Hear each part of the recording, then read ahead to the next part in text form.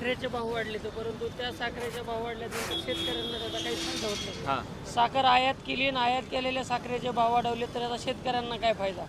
मग त्या धर्तीवर शासनाने मागच्या पैशाला 1,000 रुपये अनुदान दिले पाहिजे मागच्या वर्षीच्या शेतकऱ्यांना, आणि यावर्षी 7,000 रुपये FRP केली पाहिजे अशी आमची सर्व विद्यार्थ्यांची मागणी. इतक्या दिवस आमच्या शेतकऱ्यांच्या पोरांना तुम्ही शेतकऱ्यांना लुटलं, पण हे शेतकऱ्याचे पोरं आता शांत बसणार नाहीत. हे व्यवस्थेला प्रश्न विचारल्याशिवाय आता मागे हटणार नाहीत. त्यामुळे हे सगळ्या शेतकऱ्यांच्या मुलांचा, शेतकरी पुत्रांचा हा आक्रोश आहे, तो साखर आयुक्तांच्या कानावर पडावा म्हणून हे शेतकऱ्यांचे पुत्र इथं एकत्रित जमलेले आपल्याला दिसतात. शेती कुठे आहे? आमची शेती परळी तालुक्यात आहे. मी परळीवरून आलो या आंदोलनासाठी. हे सगळे विद्यार्थी, हा हिंगोलीहून आला आहे, हा तिकडं बुलढाण्याहून आला आहे, हा इकडं जालन्याहून आला आहे. महाराष्ट्रातल्या सगळ्या जिल्ह्यातून इथं शेतकरी पुत्र वेगवेगळ्या जिल्ह्यातून इथं ह्यासाठी आलेले आहेत. हे विद्यार्थी इथं शिक्षण घेतात आणि इथंच ह्या व्यवस्थेला प्रश्न विचारण्यासाठी साखर आयुक्तांकडे आलेले आहेत. आतमध्ये निवेदन द्यायला गेलेत ना? हो, शिष्टमंडळ आमचं निवेदन घेऊन गेले, आयुक्तांशी चर्चा करेल. आणि मोर्चा आहे का उपोषण आहे? आमचा आता मोर्चा आहे, पण येणाऱ्या काळात जर हे प्रश्न मार्गी नाही लागले तर आम्ही तीव्र उपोषणच करू, आमरण उपोषण करू. आता तुम्ही कुठल्या कुठल्या गावचे सगळे ते जरा कळू द्या, म्हणजे तुमच्या गावकऱ्यांना पण कळेल की आपले मुलं इथं आहेत, पुण्यामध्ये साखर संकुलला आलेले आहेत आणि त्यांचा पण सपोर्ट तुम्हाला भेटेल. तू गाव काय प्रॉपर? मी परळीचा आहे, परळी तालुक्यातला आहे, बीड जिल्हा आहे माझा. बीड जिल्हा, परळी बीड जिल्हा. कुठं आलाय? मी जालना परतूरचा. परतूर, जालना परतूर आलेला. हा जळगाववरून जळगावचा आहे. काय नाव तुझं? सिद्धेश पाटील. मी जालना परतूरून आलो. योगेश मानोतकर नाव आहे माझं. योगेश मानोतकर. अजून कोण आहे?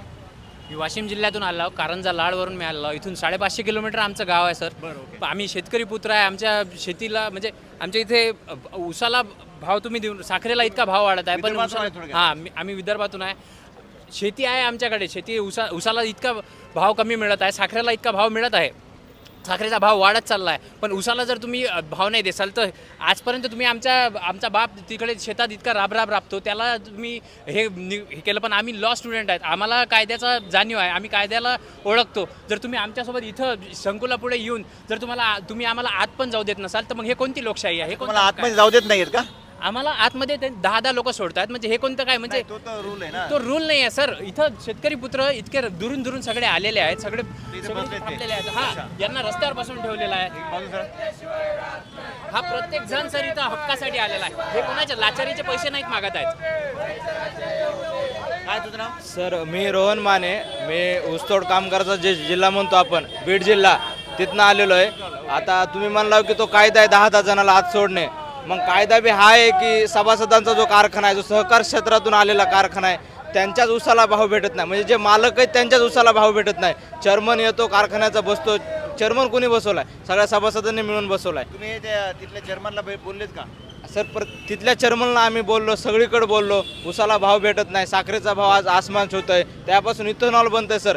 ज्या पेट्रोलवर जगाची इकॉनॉमी चालते त्या पेट्रोलमध्ये तुम्ही इथेनॉल मिक्स केलं आणि ते इथेनॉल जिथून आलं त्या शेतकऱ्याच्या उसाला भाव देत नाहीत सर तुम्ही. हे सगळ्यात मोठा प्रश्न आहे. कुठून आलाय? मी अकोल्यामधून आलो आहे. खरं तर देशाच्या